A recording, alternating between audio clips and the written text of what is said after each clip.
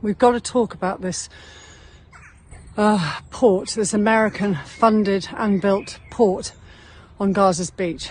We've got to talk about the impact of it and what's to come. There's a couple of factors. I'm not going to talk about the gas. There's a couple of things. And one is, when they took the builders' rubble to start building this pier, they took it from the remains of the bombed Palestinian homes. So they stole, basically, the stone that these houses were made of. They bombed them, and then they collected up the rubble and started to build a port. There's thousands of people lost, still missing, that are under the rubble. So when you manage to get an excavator and you take it to these places and you pick up all of this rubble and then you cart it all the way down the seacoast road to build this pier, in that will be the remains of Palestinians who are still missing. When you walk on this pier, you're going to be walking literally on the remains of Palestinian people.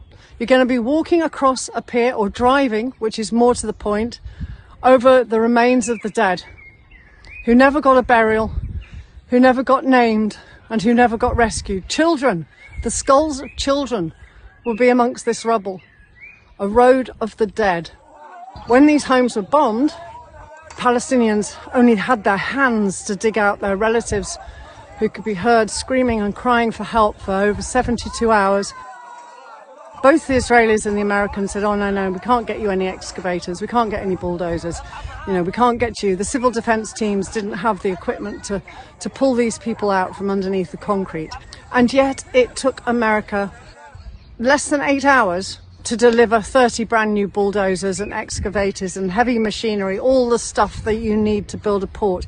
When the Palestinians were crying to get their relatives out, the Israelis had torched all of the civil defence equipment, so there were no bulldozers. They died crushed to death, slowly and in a lot of pain, screaming and crying for help for over 72 hours. Just think about that.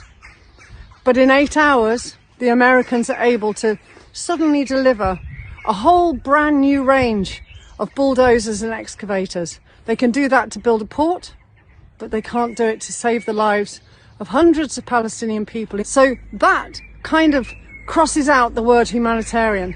You're talking about, oh, this isn't a humanitarian port. Well, it wasn't very humanitarian to deny the Palestinians the bulldozers that you've been able to ship from Cyprus within 8 hours. Those people lay there for 72 hours waiting to be rescued under the rubble of their homes, but you couldn't get a bulldozer out for them. Gaza's beach, the place that all Palestinians go in the hot weather, the place they swim, where children have flown kites, where they gallop their horses up the beach. There's wedding venues, there were restaurants and cafes. People flocked to the beach in the summer to cool themselves down and use the beach as a way to get away from the misery and suffering in the colder months. What about the fishing industry? It's gone. The beach is controlled. It's taken over by American troops and mercenaries being paid, private firms being paid to secure the area.